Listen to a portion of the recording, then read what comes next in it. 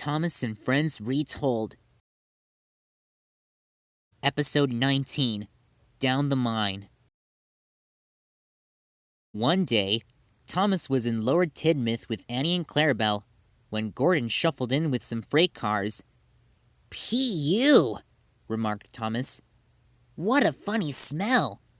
Annie, Clarabelle, can you smell a smell?" "We can't smell a smell," replied Annie. "A funny musty sort of smell," said Thomas.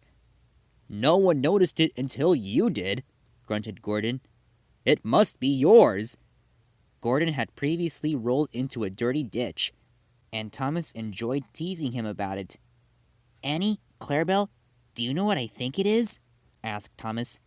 "No, Thomas. What is it?" asked Clarabelle. "It's ditch water," said Thomas.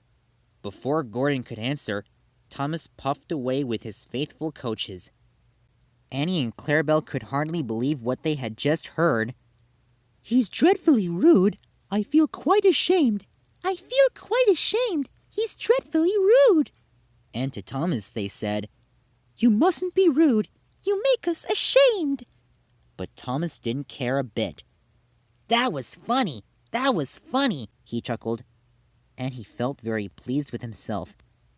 Annie and Clarabelle were deeply shocked. They had great respect for Gordon the Big Engine.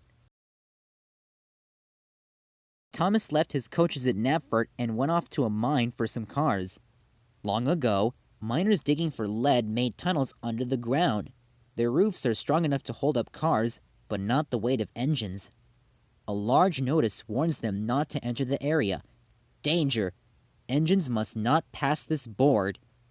Thomas read it and thought, "Silly old board." He had often tried to pass it, but had never succeeded. But this morning, he had made a plan. The fireman went to throw the switch to change the direction on the line. "Now for my plan," thought Thomas.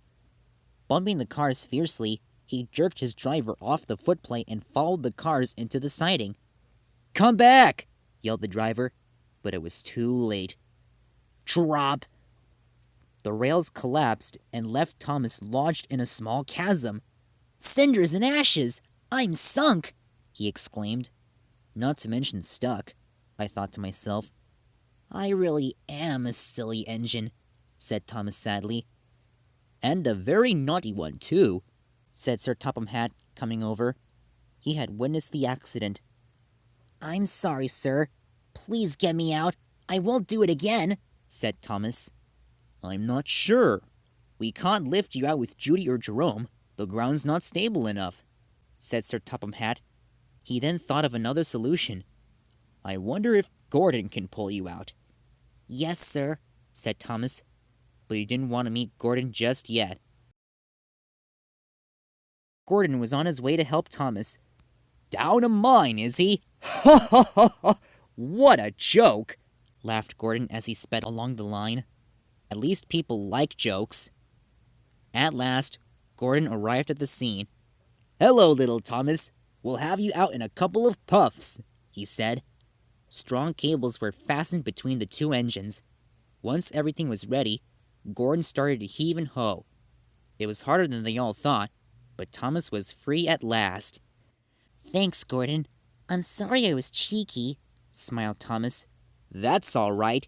You made me laugh," replied Gordon. "I'm in disgrace." "So am I," said Thomas. "Why, so you are. Shall we form an alliance? You help me, and I help you," said Gordon. "Right you are," replied Thomas. "Good. That's settled," said Gordon. He coupled up to Thomas and helped him to the steamworks. The two engines were now good allies.